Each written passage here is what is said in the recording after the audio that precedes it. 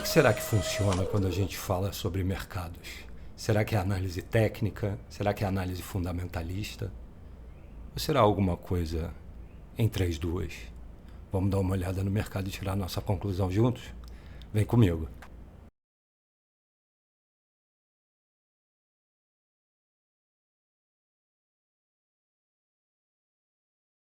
Fala, meu amigo trader, essa é a Profit Stream, meu nome é Davi. Para você que está chegando agora, aqui a gente fala sobre investimentos sempre sob a ótica da análise técnica. Então já deixa aquele like incentivador, se inscreve no canal, porque aqui é só conteúdo de qualidade.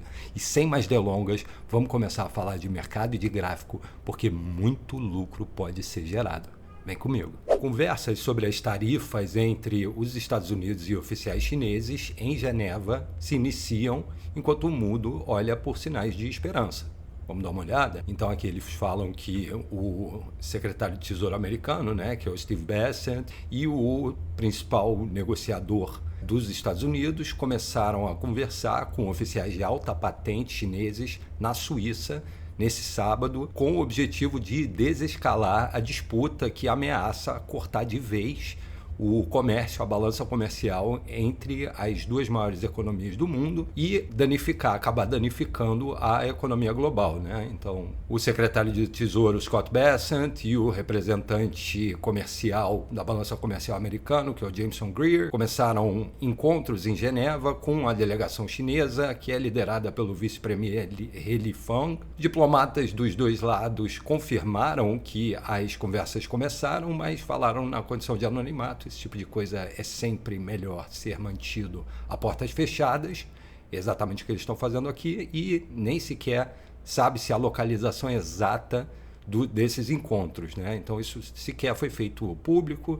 De qualquer maneira, foram vistas comitivas de carros pretos e vans indo e voltando da casa do embaixador suíço para as Nações Unidas, na cidade de Geneva. Enfim, então essa é a notícia, E eu estou trazendo isso porque essa notícia ela vem a calhar justamente num ponto de inflexão na SP500, e é para lá que a gente vai começar a olhar agora. E aqui a gente tem o gráfico da SP500, aqui a gente começa a chegar no ponto que eu faço no começo do vídeo. Nunca é só um fator, na verdade é a conjuntura de alguns. Nada me fascina de fato do que olhar para esse gráfico e olhar para a notícia anterior e tentar juntar as duas e fazer o sentido que eu acredito que é nessa direção que as coisas vão. Então, de fato, a gente tem a SP500 se aproximando da média móvel de 200 dias, que ela coincide, inclusive, com o topo da banda de Bollinger, que vai ser essa linhazinha azul. A gente sabe que os mercados funcionam entre momentos de contração e momentos de expansão. Então o mercado funciona contraindo e expandindo. É importante a gente identificar que o topo da banda de Bollinger geralmente pode sinalizar uma exaustão de movimento. Então a SP500 pode estar indicando para a gente que ainda não é o momento de quebrar a nossa média móvel de 200 dias, lembrando que é essa linha marrom aqui. Isso significa que pode ser, olhando o gráfico, pode ser que ainda não estejamos prontos para sair desse mercado de baixa. Uma informação que eu acho muito importante é esse rally aqui, foram 9 dias seguidos de altas. São raríssimas as vezes que isso acontece na SP500. Raríssimo. E todas as vezes que isso aconteceu, isso se deu dentro de um mercado de baixa. Então, a gente tem mais e mais dados apontando para o fato de que os americanos e a economia americana está em recessão. Vamos continuar olhando o gráfico. Eu quero olhar para o gráfico do petróleo agora. E aqui no gráfico do petróleo, a gente vê que o petróleo atingiu um pico mais ou menos quando o Trump assumiu a presidência e ele vem caindo desde então. Ele coincide, evidentemente, com a guerra tarifária, Quanto menos comércio exterior é desenvolvido entre as nações, menos petróleo é necessário, já que toda essa economia é baseada, a gente ainda vive numa economia onde o petróleo é o carro-chefe, o consumo de petróleo é o carro-chefe. E a gente tem exatamente a mesma dinâmica, ou muito parecida com a dinâmica da SP500. A gente tem a média móvel de 200 dias sendo tocada aqui, que é a nossa linha marrom, E depois a gente tem um mercado que cai vertiginosamente. A gente não sabe se esse é o final desse rally de baixa. A gente tem o que a gente pode caracterizar como um duplo fundo, mas a gente só vai saber se isso é verdade se essa alta aqui de fato for superada nesse nível e, evidentemente, se a gente de fato conseguir quebrar a nossa média móvel de 200 dias, que caracteriza um mercado de baixa de longo ou de pelo menos médio prazo. Vamos continuar olhando o gráfico, vamos continuar analisando para entender melhor o que está acontecendo. Bom, e aqui a gente tem o gráfico do DXY, que é o índice do dólar, que analisa a força do dólar relativa a uma cesta de moedas estrangeiras. Importantíssimo para a gente saber exatamente o quão forte está o dólar em relação ao resto do mundo, e a gente de fato vê que ele está fraco. Geralmente, quando isso acontece, a gente tem uma subida de commodities, né? Já que commodities estão precificadas em dólar, principalmente o petróleo. O que acontece é que, pelo fato de estar havendo uma guerra tarifária, o petróleo não sobe por causa da queda do dólar, o que deixa isso extremamente interessante. Mas aqui a gente tem exatamente a mesma situação. A banda de Bollinger superior, que eu relembro a você que é essa linhazinha azul aqui, está sendo tocada e a gente tem uma contração de mercado, né? A gente tem as bandas se aproximando uma da outra. Quando isso acontece, a gente está chegando próximos de um ponto de expansão.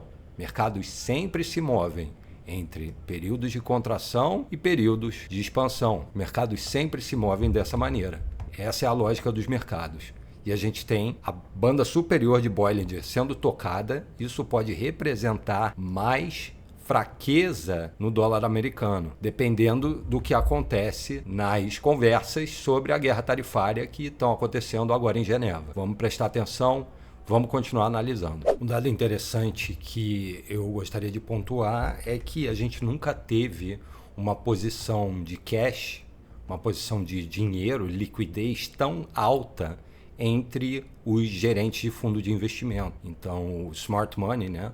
O pessoal que sabe para onde o mercado vai antes do mercado ir, nunca teve tanto dinheiro na mão quanto em 2025. Esse é um gráfico que analisa essa informação desde 1997 e a gente vê que lentamente eles têm aumentado muito, com um aumento expressivo desde 2024, da posição de dinheiro que eles seguram, da posição de liquidez que eles seguram. Então, quando esse tipo de gente começa a botar dinheiro de lado, muito provavelmente estão esperando que ativos nos próximos meses ou anos fiquem mais baratos.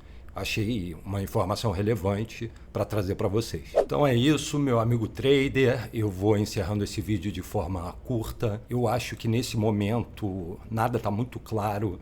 A gente tem a ameaça da continuação dessa guerra tarifária. Ela pode de fato continuar, eles podem de fato não chegar a conclusão nenhuma nessas reuniões. Isso pode acontecer, o mercado sabe disso e o mercado está esperando. No momento em que o mercado espera, o que a gente faz é a mesma coisa. A gente não bota a carroça na frente dos bois. A gente espera para ver em qual direção o mercado vai, para depois de o mercado se mover, a gente tomar uma decisão. E a gente vai fazer isso sempre olhando para a nossa média móvel de 200 dias, que vai determinar se a gente está falando de um mercado de alta ou um mercado de baixa a médio e curto prazo. Se eu tivesse que apostar, eu diria que esse mercado de baixa ainda não acabou. É isso que eu diria, se eu tivesse que apostar. Mas eu não sou apostador, eu sou investidor. E o investidor, nesse caso, vai esperar.